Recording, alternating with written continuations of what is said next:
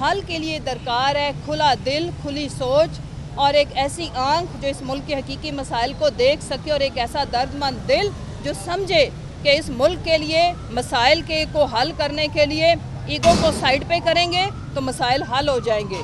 اور حل ایک ہی ہے کہ وہ جو قیدی نمبر 804 ہے جس کو عوام نے مینڈیٹ دیا ہے، عوام کی مینڈیٹ کا احترام کریں اور ان سے بات کریں، انشاءاللہ سارے مسئلے حل ہو جائیں گے اور عوام جس دلدل میں جس میں ہم نے انہیں دھکیل دیا ہے وہ اس سے نکل آئے گی۔ بہت شکریہ۔ دہشت گرد جو ہے وہ قرار دیا گیا ہے تحریک انصاف کے وابستہ سوشل میڈیا اراکین احمد ججوہ کی گرفتاری، اور اس کے بعد اظہر مشوانی کو یہ کال آئی کہ اگر آپ برطانیہ کی میٹنگ میں شریک ہوئے تو آپ کے ماں باپ کو بھی اغوا کر لیا جائے گا، اور وہ کال ان کے بھائیوں کے نمبر سے آئی ہے۔ بہت سارے معاملے کو آپ کہتے ہیں؟ دیکھو شاکر، بہت افسوسناک ہے، اور اس میں پی ٹی آئی کا نام نہیں لیا گیا، اس میں ڈیجیٹل دہشت گرد میں انکلوسیو بات کی گئی ہے۔ میں بھی آپ کو بھی کہا گیا، آپ کو بھی کہا گیا، سب کو کہا گیا ہے کہ یعنی کہ جس کے جو سوشل میڈیا یوزر ہے، جس کے ہاتھ میں موبائل ہے، تو یہ افسوسناک ہے۔ اور میں یہ پہلے بھی اپیل کر رہی تھی، میں پھر کرتی ہوں کہ ان تمام چیزوں سے مسائل کا حل نہیں نکلنا۔ جو عوام کی مخالفت ہے آپ کے اگینسٹ، یا غم ہے، غصہ، یہ جو پولیٹیکل جماعتیں مسلط کی گئی ان کے خلاف جو نفرت ہے وہ محبت میں نہیں بدل جانی۔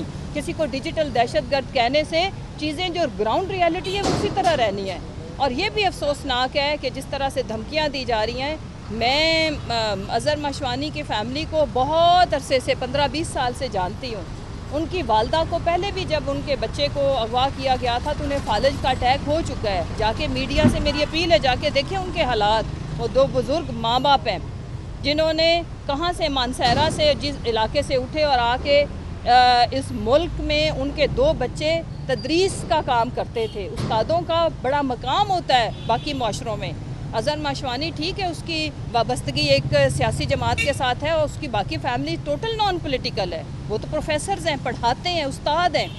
تو ایک استاد کی عزت کا خیال کریں، ان 2 بزرگ ماں باپ کی آنسوؤں کا خیال کریں، اور میرا خیال ہے کہ اب تو وہ ایکٹیو بھی نہیں ہے۔ تو میری رحم کی اپیل ہے، میں تو اس کے سے آگے کچھ نہیں کہہ سکتی کہ خدا را اس خاندان کے اوپر رحم کریں، اور باقی خاندانوں کے اوپر، اسپیشلی میں وکاس کے بارے میں بالکل بات کرنا چاہوں گی۔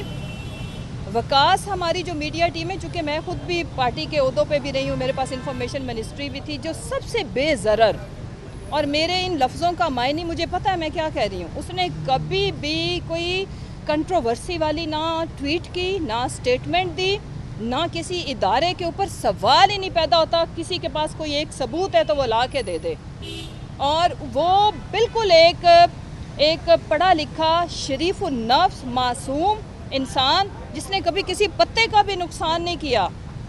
آپ ایسے بندے کو جو پڑھا لکھا ہو، اس کا کام کتنا تھا میں عرض کر دیتی ہوں۔ جیسے جب خان صاحب کی اگر پریس کانفرنس ہے یا کسی انٹرنیشنل میڈیا آؤٹ لیٹ کو ہم نے انگیج کیا تھا، ڈاکٹر شیریں مزاری صاحبہ یا باقی جو لوگ انٹرویو رکھواتے تھے، وہ صرف لوجسٹکس کا کام کہ ان کو لانا، ایک ملازمت پیشہ شخص، تو اس کا تو کوئی تعلق نہیں ہے کسی پروٹیسٹ سے، ہمارے نظریے سے، ہمارا جو بیانیہ جس کو آپ کہتے ہیں، تو وہ بنانے والا تو وکاس یا اظہر مشوانی کے بھائی یا ان کے پیرنٹس نہیں ہیں، وہ ہم لوگ ہیں۔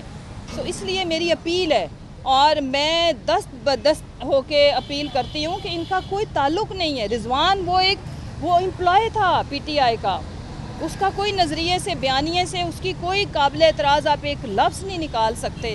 وہ اور اس کا بھائی جس کا کوئی سیاسی دفتر سے کوئی تعلق نہیں ہے، کتنا عرصہ ہو گیا ہے کہ وہ گمشدہ ہیں۔ تو خدا را رحم کریں اس ملک کے اوپر، اس ملک کی غریب عوام کے اوپر، بڑے دل سے فیصلے کریں اور ایک شعور والی آنکھ سے فیصلے کریں۔